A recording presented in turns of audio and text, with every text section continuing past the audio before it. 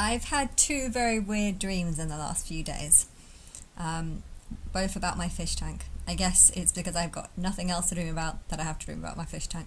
But yeah, in one dream, my fish tank, I think I was going away or something, and I went away for a week, and I gave my mum my fish tank, and I came back, and the fish tank, I first of all started seeing little guppies just swimming around, and I was like, that's weird, why are my guppies just swimming around the air?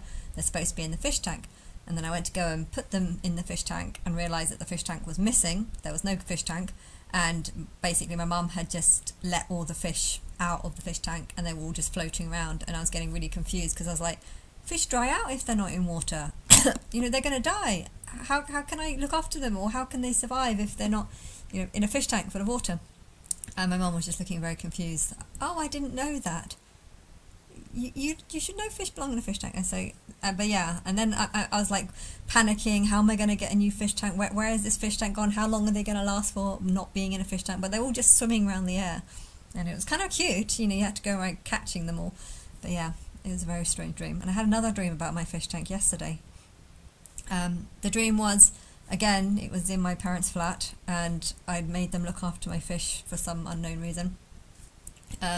But this time my sister was there as well, and I don't know, the fish were just flapping around, and then I was thinking, have they got out? Like, sometimes when you hear a splash, once I've seen a fish go overboard and it was just on the ground, and I managed to catch it, it was fine. But I think worrying about me going away and the fish jumping out of the tank and I can't put them back in, that's a little bit of a concern that I have. And so I had a dream that I was worrying about that, and it did happen. One of the fish fell out. And I was like, oh no, one of the fish is dead, because it looked dead. And then I just sort of thought, you know what, before I throw it away, I just want to put it in the water, see if it comes back to life again. And I picked it up and pushed it in the water, and it did come back to life again.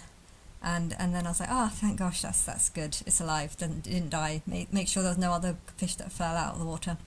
And then when I looked back in the tank, I'd realised that it wasn't actually a fish that I just put in. It was actually a snake, and it was this little like green snake, like clearly taking up the whole tank, but it seemed to like being in water. So I was thinking, oh, I've just like inherited a water snake, a green water snake, and I was thinking that's great. And then I was like, wait, my tank's full of guppies, and I just wanted to make sure. It was in there for about, I don't know, 2 or 3 minutes, and I was kind of just like relaxing, basically, like, oh, that's nice, I've got a. And then I was like, wait, no, it's going to start eating all the guppies, and then I looked to see if it was eating the guppies, and then I noticed one of the guppies, quickly get it out. So I had to kind of put my hand straight in the tank, pulled it out, and then it sort of wrapped around my hand, and it was, I don't know, but it scared me, and I think that woke me up. But yeah, that's a very strange dream to have. I have strange dreams, but yes, I think if you're thinking about something, it can kind of turn into something different. I don't know why I'm worried about my fish, but I guess it's all I have got to worry about. But yes, another thing that I was thinking about is really when it's sunny out here, it's such a nice place to sunbathe. I don't know if you can see what I'm saying, but if you can see the screen properly, I can't see it. It's too sunny. But yeah, I'm waiting for people to come and talk to me, and I'm hugely angry. I kind of feel like my life and any power that I've ever had has been completely stripped away from me, and I have no power or no control or no nothing. And I don't know who or why people have chosen to ignore me for 11 years, but I can talk about stuff and try and pretend that I'm not angry, but the truth is I'm only doing that because I want people to talk to me, and I don't want to scare them from not wanting to help me. But I know the truth is, if you actually did come and talk to me and take me into a nice house, I'm probably going to be doing some massive screaming, and I'm going to yell at you saying how I'm pretty sure you've only done this to me because you wanted to try and assert your authority over me, and because of that I'm not going to want to work with you. I don't want to do anything with you. I'm not going to come out of this and just be like, okay, let's be best friends. That's not going to happen. I'm going to come out of this and just refuse to want to have anything to do with anyone. I'm not going to want to talk to you. I'm not going to want to meet you. I can say all the things that I want, but that's that's based on the fantasies of what I want. That's not based on the reality of what you've done to me over the last 11 years by just ignoring me and making me feel like I have no control over anything in my life. And I feel like I've gone through 11 years where I can't my whole life I've not been able to control anything in my life. I never wanted to be at boarding school. I never wanted to have dyslexia. I never wanted to be in 7 different schools, and I never wanted the parents that I've got, and I never wanted I wanted to get into the cheerleading squad. That didn't fail.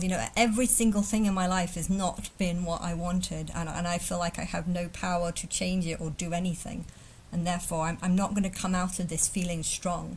I'm going to come out of this wanting to vilely shout at anyone who has known about me and refused to talk to me. And there's going to be at least a year where I'm just going to refuse to want to have anything to do with anyone. So I don't know what you're planning, but if you are planning on doing something next summer, yet also planning to ignore me for another 6 months, then that's not going to happen. That's really not going to happen. The second you start talking to me, the second you put me in a nice house, I'm going to refuse to talk to you. I'm going to refuse to want to have any cooperation with you.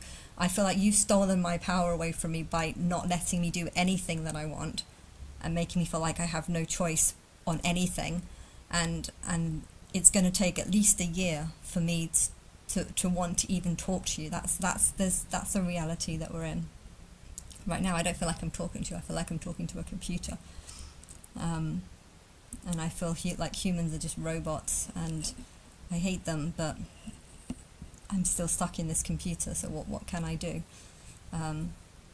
So if you're planning on starting something next year, I mean, maybe you could, one of the possibilities, I guess, if you're planning on talking to me next spring, would be to just, expose the main dates that I wanted to expose. In 2013, there's a few dates that I started waking up. One possibility could be to just expose Aaliyah and myself in a past life, just expose them on certain dates, but not go to the public, not do anything, but instead maybe talk about the show that I want to do the following year. I feel like I'm only going to want to work with people if I have some control or power in my life. I'm not going to want to do it if I have absolutely no power over anything, because all I'd be doing is giving the people that I'm talking to more power, and you've had the power to destroy my life, so why would I want to give you any more power because I don't trust you? There's going to be a whole year where I'm not going to want to talk to anyone or trust anyone or anything. And so yeah, I just want to warn you on that. If you're planning on starting something next summer, but also not planning on talking to me until the spring, it ain't gonna work. It ain't gonna work, because you can go to the press, and I think you should go to the press. You can express that I think the singers or celebrities are angels, but don't reveal their name or anything, and maybe just let that cool. I know that there's going to be a big crash happening, but I also know that there's going to be a big problem, because there's a huge number of people that have taken out huge mortgages on properties that aren't worth anywhere near what they're worth, because it's not a good, accurate reflection of what people are earning. People have taken out 80% mortgages, and if the house market was to crash, they're not going to be able to pay off that mortgage. They're going to be in bankruptcy, and they're probably just going to kill themselves, and then the banks can just reclaim the houses and keep all the money that they put into keep the deposit, basically. So I guess there'll be that happening. But